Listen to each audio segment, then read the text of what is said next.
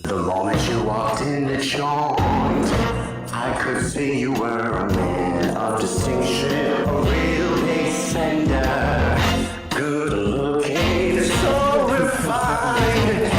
Elaborate a little bit on the Facebook, the administration of Facebook flagging disinformation, and then there's also some reporting that we've had that Facebook maybe hasn't been as proactive as the White House would like it to be in response to some of the flagging. So the process of how the flagging works, and then whether Facebook has been amenable to those requests. Sure.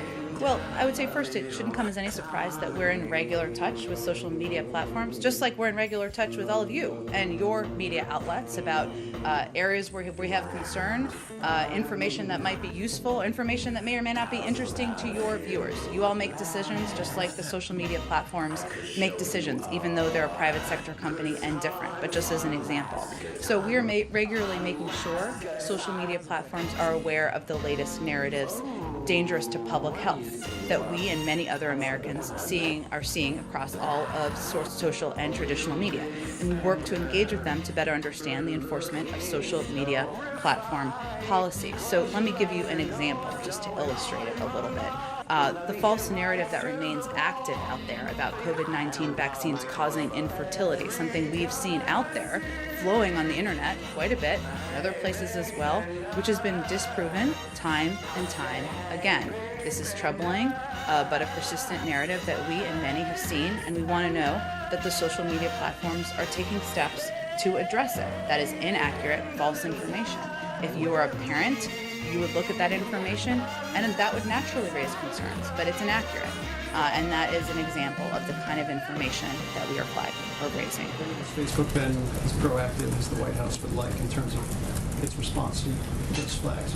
Well, I think as I noted yesterday, Phil, there are more steps that everyone can take. And I would just note again, this is a responsibility of officials speaking, of course, on behalf of the government. It's a responsibility of members of the media. It's the responsibility of citizens and civic leaders and people who are trusted voices in communities around the country. That has a broad definition. Social media platforms is one of them. And as we know, it is also there are also areas where a lot of people get news and information. Sometimes those are accurate news items reported by some of your outlets or accurate information shared by a neighbor. Sometimes there is information that is not. It is hard to discriminate, as we know. This is not a new issue, but it is an issue that is impacting people's lives. So a couple of the steps that we have, that could be constructive for the public health of the country are providing for Facebook or other platforms to measure and publicly share the impact of misinformation on their platform and the audience it's reaching. Also with the public, with all of you, to create robust enforcement strategies that bridge their properties and provide transparency about rules. You shouldn't be banned from one platform and not others for providing misinformation out there. Taking faster action against harmful posts. As you all know, information travels quite quickly. If it's up there for days and days and days, when people see it, it's hard to put that back in a box. And of course, promoting quality information. Algorithms, I don't know how they work, but they all do know how they work. So those are some of the steps that we think could be constructive for public health, for public information, for public, and the right of the public to know. Go ahead. Just to quickly follow up on the Facebook aspect of this, you said yesterday that 12 people were producing 65% of the misinformation on vaccines on social media platforms. Do you have a sense of who those people are? Are they bad actors like Russia? And Facebook responded yesterday after the press briefing. They say that they removed 18 million pieces of COVID misinformation. They've connected more than 2 billion people to reliable information. So does the White House find that sufficient? Clearly not, because we're talking about additional steps that should be taken. And frankly, information that media organizations could decide whether you're going to report on or not. I'm not talking just about the misinformation storyline. I'm talking about these individuals. I'm talking about how prevalent the spreading of this information is. The public has a right to know. That's the point that we're making, and we're dealing with a life or death issue here, and so everybody has a role to play in making sure there's accurate information. Obviously, those are steps they have taken. They're a private sector company. They're going to make decisions about additional steps they can take. It's clear there are more that can be taken. And actually, on the foreign government piece, because I think that's an important point, or important, interesting question. The State Department's Global Engagement Center has found that Russia and China have promoted their own vaccines through messaging that undermines Western origin vaccine development programs. So, that is more than just competition about vaccines. The risk and impact there is that this type of information magnifies the risk of potential side effects associated with Western vaccines. This is what the information, some of this misinformation is doing, and misleads the public by falsely alleging that mRNA vaccines are untested and thus risky, even though many of them are approved and have gone through the gold standard of the FDA approval process. So the PRC, for example, has also suggested that the United States hoards COVID-19 treatments and prevents other countries from acquiring vaccines, despite evidence to the contrary. But certainly pushing information out there that these tested, approved vaccines are ineffective and unhelpful. A lot of people on these platforms, they're not discriminating, as you all know, between the source of the information, and that is damaging as well.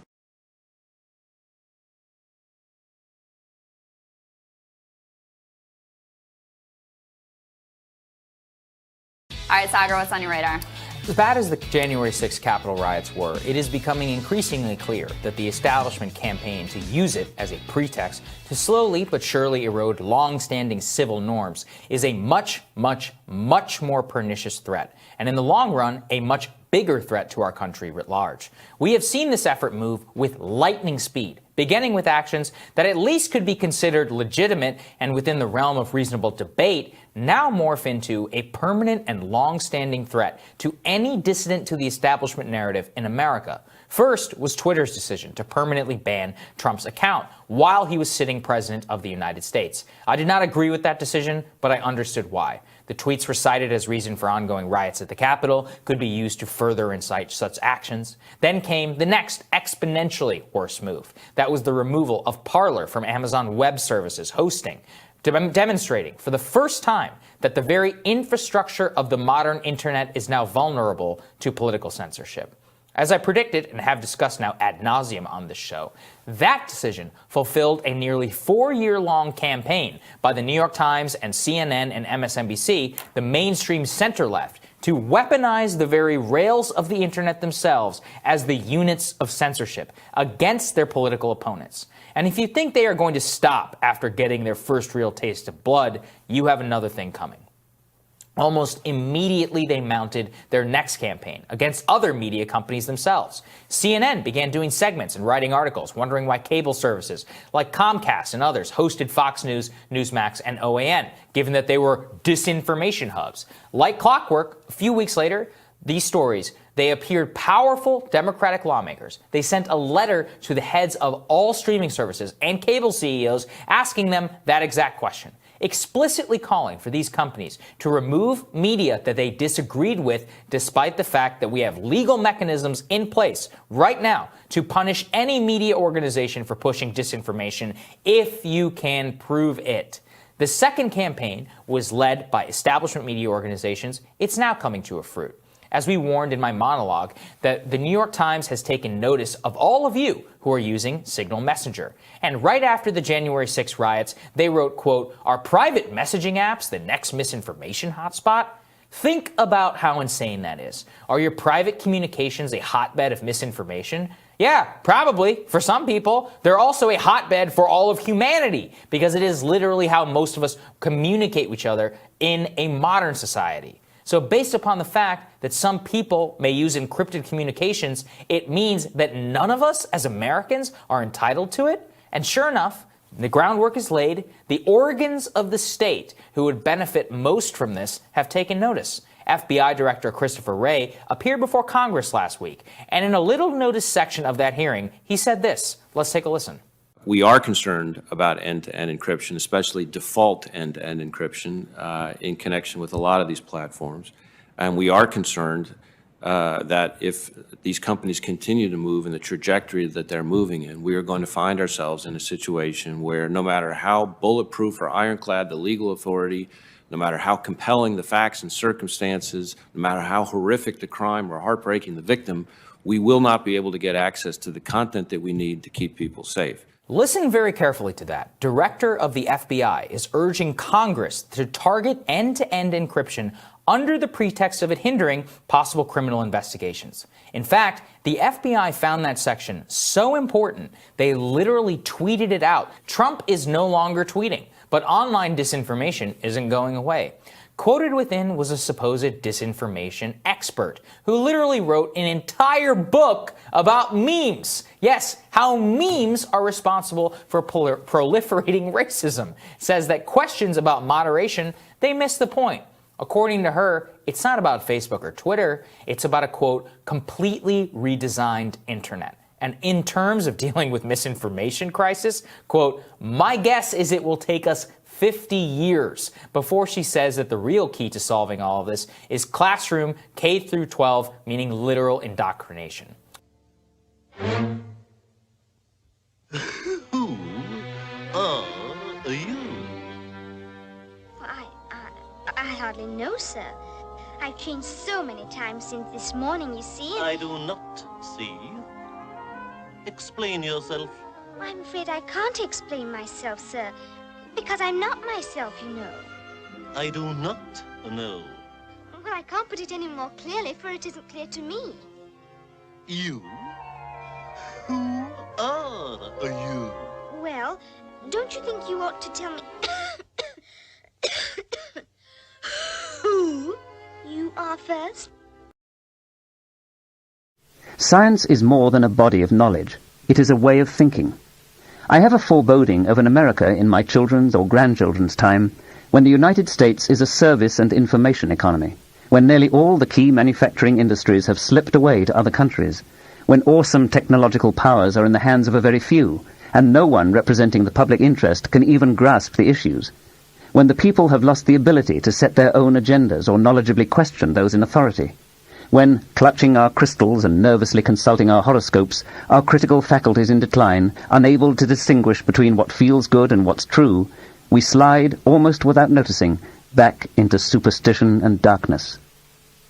The dumbing down of America is most evident in the slow decay of substantive content in the enormously influential media, the 30-second sound bites, now down to 10 seconds or less, lowest common denominator programming, credulous presentations on pseudoscience and superstition, but especially a kind of celebration of ignorance. As I write, the #1 video cassette rental in America is the movie Dumb and Dumber. Beavis and Butthead remain popular and influential with young TV viewers. The plain lesson is that study and learning, not just of science but of anything, are avoidable, even undesirable. We've arranged a global civilization in which most crucial elements, transportation, communications, and all other industries, agriculture, medicine, education, entertainment, protecting the environment, and even the key democratic institution of voting, profoundly depend on science and technology. We have also arranged things so that almost no one understands science and technology. This is a prescription for disaster. We might get away with it for a while, but sooner or later this combustible mixture of ignorance and power is going to blow up in our faces. How are Alexandria Ocasio-Cortez and Joe Biden both Democrats? A.O.C. famously said that in any other country, she and Biden, quote, would not be in the same party. And yet, in the United States, they are both under the Big Tent Democratic name. The Congresswoman is pointing out the deep differences over basic ideology and policy between the party's establishment and the growing progressive wing. The Democratic Party is a center or center conservative party. It also has to do with the way politics is structured in the U.S. Look, Democrats, I know you're having a rough time. You hate being lost in the wilderness. One arm is doing kettlebell swings to Rage Against the Machine, and the other arm is doing bicep curls to the Hamilton soundtrack. Today, it seems the main thing Democrats can agree on is that they need to beat Donald Trump. It's like in the sci-fi movie where everybody's fighting on Earth, but the only thing that can unite humanity is an alien invasion. So what are you voting for when you vote for the Democratic Party? We're going to look at the ideological rift among Democrats and what the future holds for the Blue Party. First, let's take a look at who's voting for the Democrats. 40% of the Democratic Party electorate is non-white. By contrast, 17% of the Republican Party electorate is non-white. The Democratic Party voters are also generally younger. 53% of millennials identify with Democrats, and 56% of women voters are leaning towards the Blue Party. But what are they voting for when they cast their ballot for the Democratic Party? Well, it depends on who you ask. Broadly speaking, there are two ideological camps within the party. There's the A.O.Cs and Sanders versus Pelosi's and Biden's. And their policy views aren't exactly in line. The party's top leaders, Nancy Pelosi, Chuck Schumer, and Joe Biden, represent the Democratic establishment. The pragmatic approach to win Congress and the White House is shared by all in the party. The real divide is over what that's going to take. I don't think people are looking for revolution. I think they're looking for results. On the other side, we have progressives like the Squad. They believe that the party should fight for accessible healthcare, sustainable climate policies, and affordable education for all. But to achieve these policies, the United States needs to drastically change what its politics and economy look like. It is about transforming this country. And that's where the progressive movement challenging the establishment comes in. Take Justice Democrats, for example. He has the backing of the Justice Democrats. Jamal Bowman is a longtime educator and a middle school principal in the Bronx. They're a federal PAC whose mission is to, quote, elect a new generation of diverse, working-class Democrats. And this is Alexandria Rojas. This footage is from Justice Democrats, and Rojas was behind the successful campaign that recruited Alexandria Ocasio-Cortez to help her become the youngest member of Congress in 2018. For movement-driven groups like Justice Democrats, it's not just about who's in the White House. It's about who you fight for. And the Democratic Party has, for a long time, lost touch with working people across the country. But this push for sweeping reforms isn't radical, and it is not new. The Democratic Party became the dominant party in American politics in the 1930s, during the Great Depression, under President Franklin D. Roosevelt and his New Deal, which was really the beginning of the Democratic Party being the modern liberal or progressive party in American politics. FDR's New Deal offered Social Security, healthcare, education, and created public jobs for millions of Americans. It basically saved the U.S. during the Great Depression. There's always been since the 1980s especially, there's been a sort of hunger by progressive Democrats to run a more progressive candidate for president and hopefully get that candidate nominated and elected. One example is Reverend Jesse Jackson, a leading figure in the civil rights movement. Jackson in 1988 ran on a program that was not so different from the kind of program Bernie Sanders ran on this year. He supported national health insurance for all. He was very supportive of labor unions. He wanted a much cheaper college for Americans. He wanted a housing program. He wanted to tax the rich much more. But when the Democrats came into power via Bill Clinton in the 90s, things changed. Clinton was part of the so-called New Democrat wave, which helped turn the Democratic Party into one based on Wall Street economic thinking. Wall Street has a critical role to play.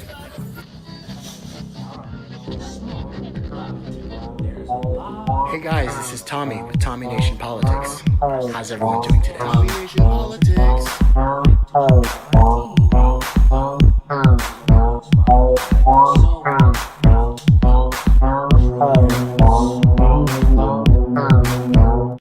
Hey guys, this is Tommy with Tommy Nation Politics. Good afternoon, free thinkers willing to meet in the middle. This is your inflammatory and villainous admin, Tommy from Tommy Nation Politics. How you doing today? Hopefully good. Sunday fun day. So guys, it's a brand new start tomorrow to a brand new week. New beginnings can mean reinvention and rebirth. I take new beginnings to mean that, and I challenge everyone in this group to be conscious of your premeditated steps, be vigilant of your principles and values, affect the positive change that only starts with the greatness that's germinating in your mind. You know, guys, Romans used to have a saying, vestis virum reddit. Clothes make the man. Meaning that your experiences, life's journeys, kind of make you who you are. You're the product of your environment, right? That's what you've heard. And your experiences. Well, no doubt those are key defining factors in who you are. Defining who you are is an essential ingredient in affecting a positive and lasting legacy. So with that in mind, may I ask, who are you? Who are you? Why, yes, it rings familiar to a rhetorical question, generally in the form of insulting chant or accompanied by a finger pointing. All too regularly, it is a phrase uttered by intent to mentally abuse a single person or a group of people by indicating that they're unknown or insignificant. The easiest way to answer might be the appropriate standard of guidelines from the conventional wisdom or social norms. For instance, if you were around a group of people that you were acquaintances, unfamiliar, you would be like, I'm Joe, Jeff's friend from college. Yeah, you see how you would relate to Jeff for the group's approval? If the circumstances render a more professional approach, the social norms mostly surmise it's more likely to be a request for your role of function in a pertinent situation. What was your role? What role did you play? I'm Joe Smith, the lead programmer on the Project Y. I work with Mr. Gates' team. If the situation is more social, it is more likely to be a request for an introduction, a new beginning, maybe a first impression. In that case, responding with your name and how you fit into the group socially, I mean, does it ever really seem enough? Does that encompass you? It's an inquiry that you can never fully, in a quick moment, answer. It does depend on context as well as the manner or tone in which that question's asked. And context and tone, guys, they're the prime exhibits of why the answer that one might give could be quite complex or difficult to audibly verbalize. Very complex. Asking this question appears to the engaged respondent as abstract and somewhat vague. However, I was thinking about this the other day. When someone asks, who are you? What they are really wanting to know is your name really enough to explain who you are? Maybe the top 10 things you like to do outside of work? Maybe the answer represents what you think of yourself. So let's unpack my rhetorical inquiry with a pair of philosophical eyeballs.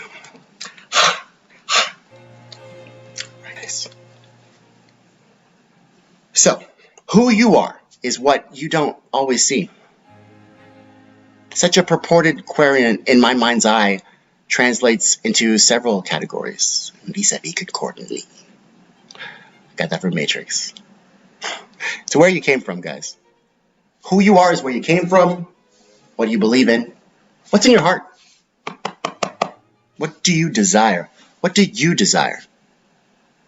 Everything on life's unpredictable pathway from which your experiences have formed thusly its unique characteristics have made you become you. That is who you are. Who you are. Who you are. Who you are is what you don't always see. This question could mean a multitude of questions. But most likely, guys, it's where you came from, where you're going, what's in your heart. The heart, guys. Principles and values. If that's what you're thinking, it's never going to be a quick answer. You might speak in generalities, perhaps rapidly list the top 10 favorite hobbies or leisure activities, but we are such a beautiful creature, humanity, who are designed to keep exploring and expanding our minds, to be free-thinking, innovative, and open-minded. If you have ever watched the movie Alice in Wonderland, or you've read the book Alice Through the Looking Glass, you're aware of a certain smoking caterpillar. Who are you? During Alice's conversation with the caterpillar, she is asked two very distinct questions. Very distinct. Who are you?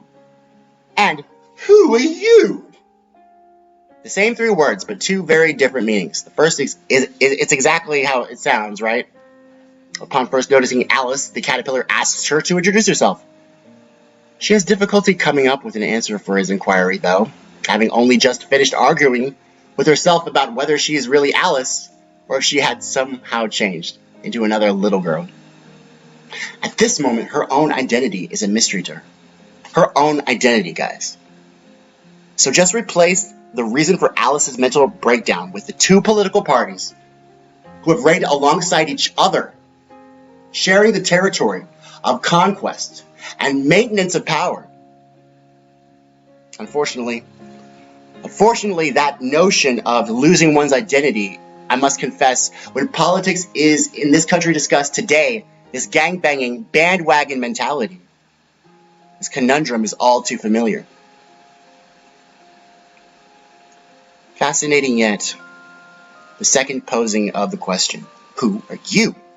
Who are you? Well, perhaps your feelings may be different, said Alice. All I know is it would feel very queer to me. You, said the caterpillar. Who are you? No longer is the caterpillar asking for an introduction or a piece of Alice's identity. This question has a bitter edge to it that implies it asks more than a name. The words may have been, who are you? But the question was, who do you think you are? It's meant as a sarcastic comment, but it raises an interesting point. Are you who you are? Who are you, and who do you think you are? Who you think you are and who you are could be two different things, and if so, which is more important? Even as Alice stumbles along trying to figure out if she's Alice or she might possibly be another little girl because she doesn't have her height, guys. That's why she was having a crisis. She must be someone else. I'm not Alice's height. Facing the two questions by the caterpillar, Alice does not answer either of them. Why? Because she does not have the answers. She does, however, go on to explain that out of everything, she would feel more herself if she could regain her old height. Although Alice is still Alice, she sees herself a certain way and finds her security in her identities. That self-image, that blue donk, that Democrat, that Republican. If Alice is not Alice, if Alice doesn't think she's Alice, is she still Alice? These questions, guys. In this way, even if Alice is still Alice, who Alice thinks she is, that, my friends, that is what matters the most. That is what matters the most. Do you know who I am? I'm your very own political caterpillar, a musical, mocha-colored vision, urging you to let go of your old ways and be free-thinking, innovative, and totally open-minded. Tommy Nation Politics. Happy Sunday Funday.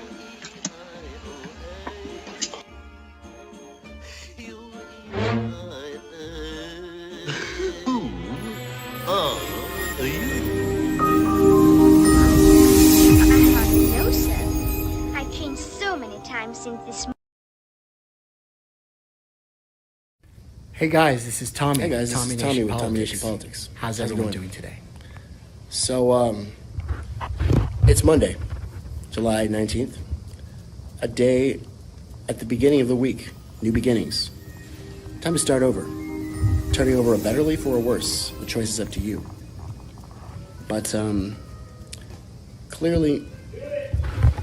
clearly seems to be some kind of, concerted effort to make sure that the bandwagon mentality ensures that we pick and cheerlead two political parties over our country. And just north in Florida, a man has become the first person sentenced in connection with the January 6th riot. NBC News Justice correspondent Pete Williams joins us now. Pete, you know, this is a big deal. Tell us more about who was sentenced today and what this could really mean for other people who are now facing similar charges.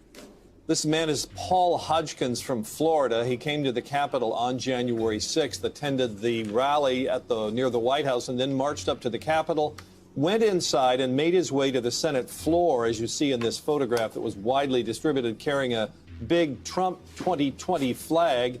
He's wearing goggles around his neck that he had on when he came into the Senate chamber. He was also carrying a backpack. He stayed in the Senate chamber for about 10 or 15 minutes and then left. Now, he did not engage in any violent behavior, the government says. He didn't damage any property.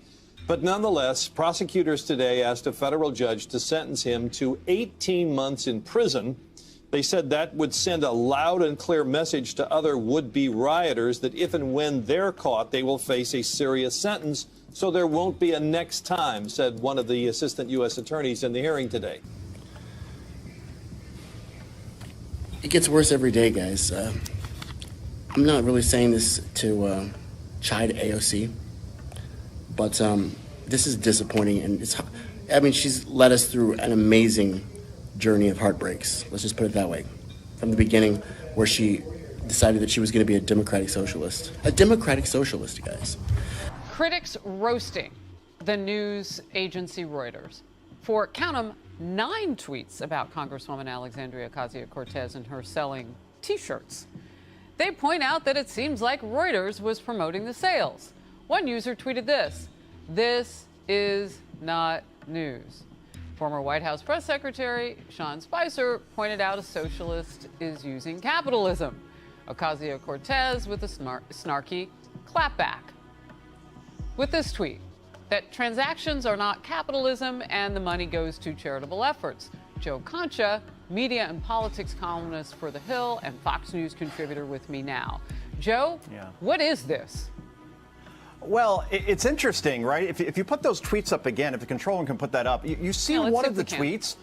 There's literally megaphones next to one of the messages on it regarding tax the rich, right? And I'm wondering exactly, are we supposed to be looking at the Twitter account there, that one right there, the Twitter account of an objective, prominent international wire service? And another question, should Reuters be allowing the interns to be running a Twitter account with more than 23 million followers? It's more than the population of, I think, Democratic Florida. socialist. This democratic socialist, guys, she voted for Nancy Pelosi for House Speaker. She continuously slaps us in our face and denies her campaign charge to put Medicare for all on the floor. Her campaign. They're busy. They're no longer talking about Medicare for all, guys. So as you said, Reuters tweets this news out 9 times, Harris, 9 times, and that's just about the best free advertising for one of the least effective members of Congress in terms of getting legislation passed that anybody can ever ask for. Look, ultimately, it depends on the letter next to one's name and the message being set as far as media coverage is concerned. If, in AOC's case, if the message is tax the rich or spend heavily on climate change, yay, we're going to not only tweet that out and give about the best advertising, as I said, that you could, but also cheer it on. And the irony of ironies, as Spicer pointed out, the democratic socialist is raising money in a positively capitalistic fashion. Not a Green New Deal? Climate change, yes, but not in the way you would think. This is what this democratic socialist is doing. I saw this in Reuters today. This is literally the final insult, guys, as pertinent to the squad. And every single Democrat, partisan, just pay heed to this. It's now gotten so bad, the corruption, guys. I have no idea the bowels of which AOC. I don't even know how she's getting this money. Is she getting this money from you guys? So let me start with this story. We have the story in Reuters called. This is from Jason Lang, July 19th. Branding the U.S. left. Branding the U.S. left. She's branding the U.S. left. AOC makes a push into political merchandise.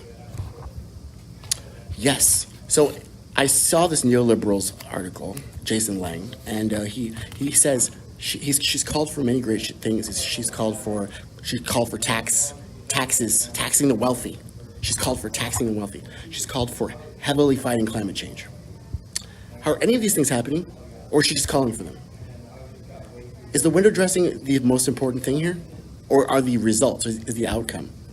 Now, Jason Lang never mentions this in his article, but he does say this.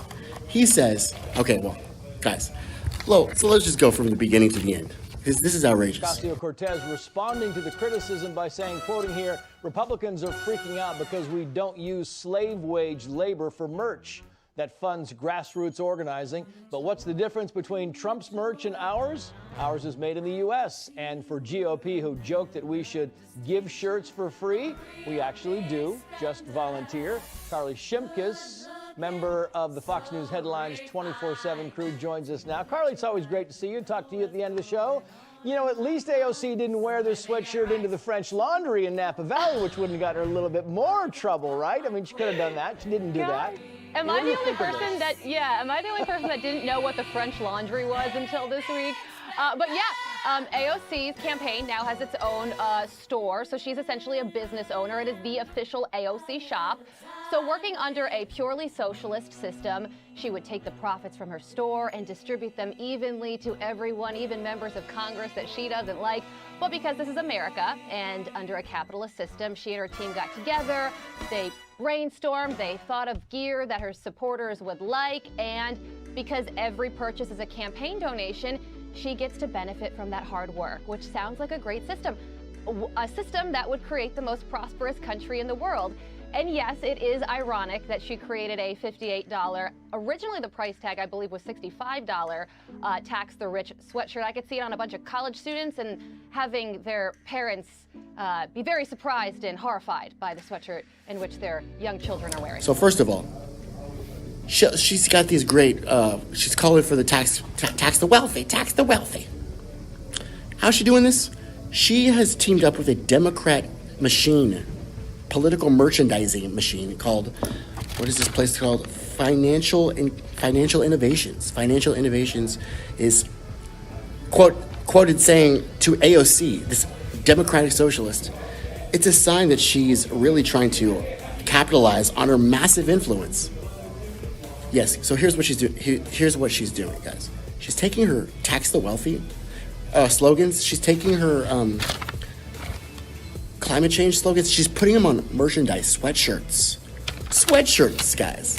This is what this Democratic socialist is doing, bro. She's political merchandising. This is hilarious. This is the state of our union, guys. We have a completely insane structure. The Democratic socialists are exercising capitalism. They're in bed with political merchandising firms. This Democratic socialist. Up is down, guys. So why? Why is she doing this? Well, she's taking all of your your donations, because, right, she doesn't take money from super PACs, right? So she's taking your money. And you know what she's doing? She's investing heavily in her online store. Oh my God. That's really progressive, AOC. Yes, okay, so Jason Lang concludes with this little tidbit of information. The amount she spent on her online store this quarter, and this is going to be, by the way, guys, this is disclosed to the Federal Election Commission. The amount she disclosed to them is more than any lawmaker has spent on their re-election efforts thus far, in any period. She blew all of your money on sweatshirts, guys, with her little tax the wealthy. This is literally the biggest joke I've ever encountered in my life. And people... It's like this, it feels like moderate is not a stance, it's just an attitude toward life of Well, don't hold back, tell me how you really feel about incrementalism.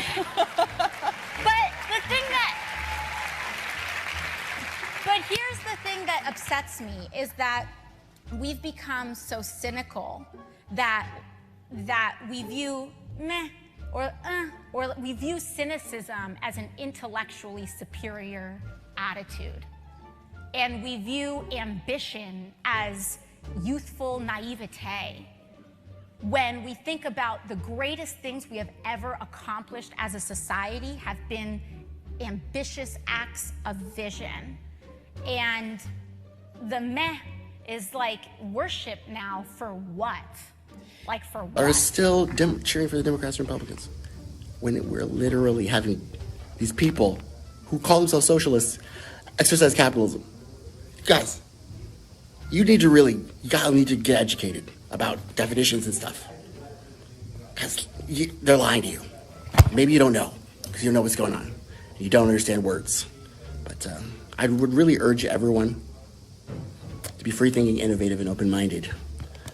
And mostly, I guess, go back to your English 1013 in college. And go back through that little composition book. Check out a thesaurus, too, while you're at it. But Guys, we need all hands on deck. Fifth robbery, Tommy Nation Politics. Hey guys, this is Tommy with Tommy Nation Politics. How's everyone doing today?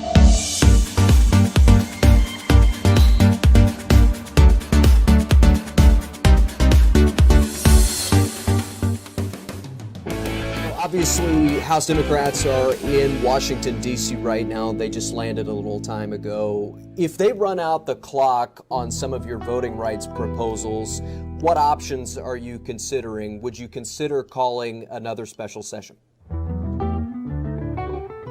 course. I mean, this is ridiculous what's taking place, because your viewers need to know that you are the taxpayers who are paying for this junket that they're taking for multiple weeks, perhaps, to Washington, D.C., or who knows where they may go to. But everyone needs to know that we have business to take care of. And it's so many different issues that are so important to the people of the greater San Antonio area. So yes, I will be calling special session after special session after special session, all the way up until Election Day of next year, if I have to address issues that were actually asked of me by a state representative in San Antonio. Representative Min Jerez asked me to put on the special session foster care and adding additional money for the children in foster care, which I did do at her request, and now she leaves town and makes it impossible for us to vote out the legislature right now the additional funding that the kids need in the foster care system. Governor, I know you were considering adding some items to the call today. What did you add, if anything? So yes, I made clear from the beginning that we would be making additional items to the call. That was not made because there's no sense in adding anything to a call when the members are not present.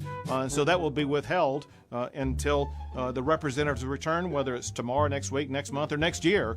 We will be addressing the items that are currently on the call, which include not just additional money for foster care, but also include money for our retired teachers who desperately need that money at this particular time, as well as property tax reductions. I know for a fact that property taxes are going up in San Antonio and that your viewers want to see relief. We want to deliver that relief, but we cannot do it because your representatives, not just Min Jerez, but representatives like Cortez and Lopez, they are missing in action right now, and we cannot reduce your property taxes until they return to Texas and do their job. I want to talk about the voting bill a little bit. Senator Hughes says the AG is investigating 44 allegations of voter fraud this year out of about 11 million votes. And again, these are not convictions. This is just investigation. What do you say to the people who see those numbers and say this is a solution in search of a problem? Well, I say two things. First, the solution that's being provided is one that actually adds hours to voting. It doesn't subtract hours. It doesn't make voting more difficult. It actually adds more hours to voting in the state of Texas. And compare and contrast this with the state of Delaware, which happens to be the state where the president votes, where they have exactly 0 hours of early voting there. That said, now I will tell you who knows very well about the challenges of voter fraud in the state of Texas, and that is the Obama-Biden administration. I'll tell you two quick reasons why. There was a judge, a federal district judge in Corpus Christi, who was appointed by Barack Obama, who wrote in an opinion that as it concerns absentee balloting, which is balloting by mail, she wrote in her opinion that voter fraud occurs, quote, in abundance. That means there's a lot of it taking place in the state of Texas. One example of that is what the Barack Obama administration cracked down on. There was a voter fraud scheme in South Texas where cocaine was being used to buy votes. And Barack Obama sent a team of FBI agents and a U.S. attorney to crack down on that voter fraud. Biden knows there's voter fraud in Texas. Texans know there's voter fraud in Texas. I prosecuted voter fraud when I was the Attorney General. But that said, we are trying to make it easier to vote, but harder to cheat. If there is an abundance of voter fraud, why don't we see more convictions each year? Because oftentimes no one's going to tell you they voted illegally, and so it takes time to uncover it. That said, there have been elections, especially in South Texas, that have been overturned in recent times because of voter fraud that has taken place.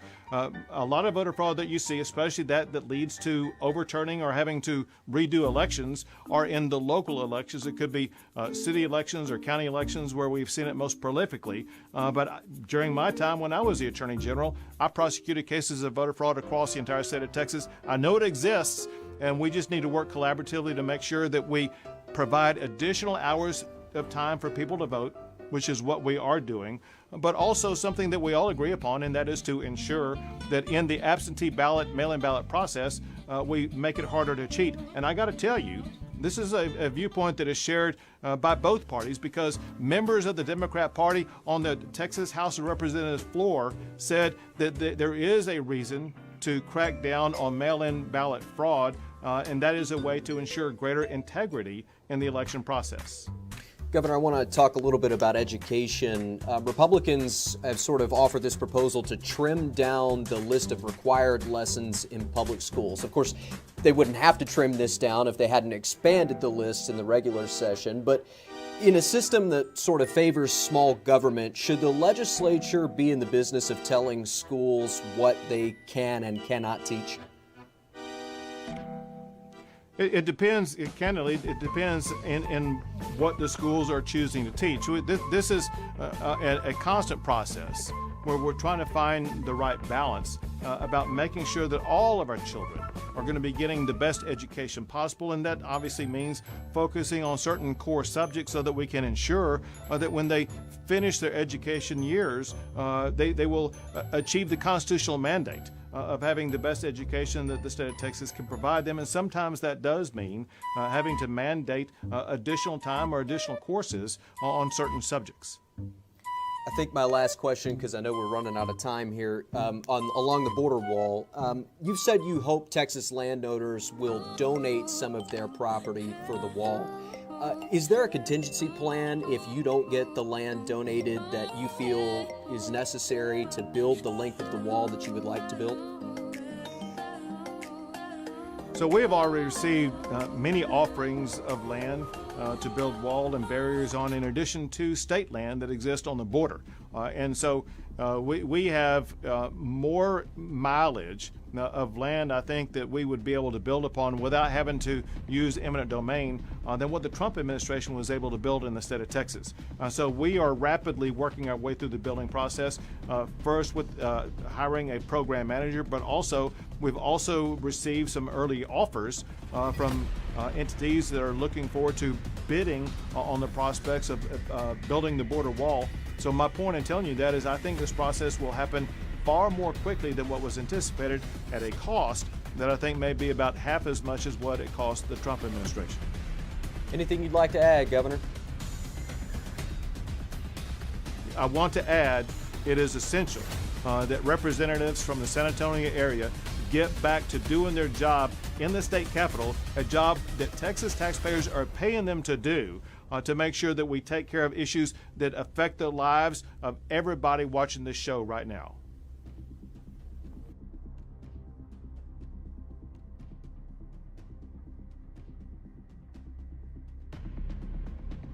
Hey guys, this is Tommy with Tommy Nation Politics. How's everyone doing today?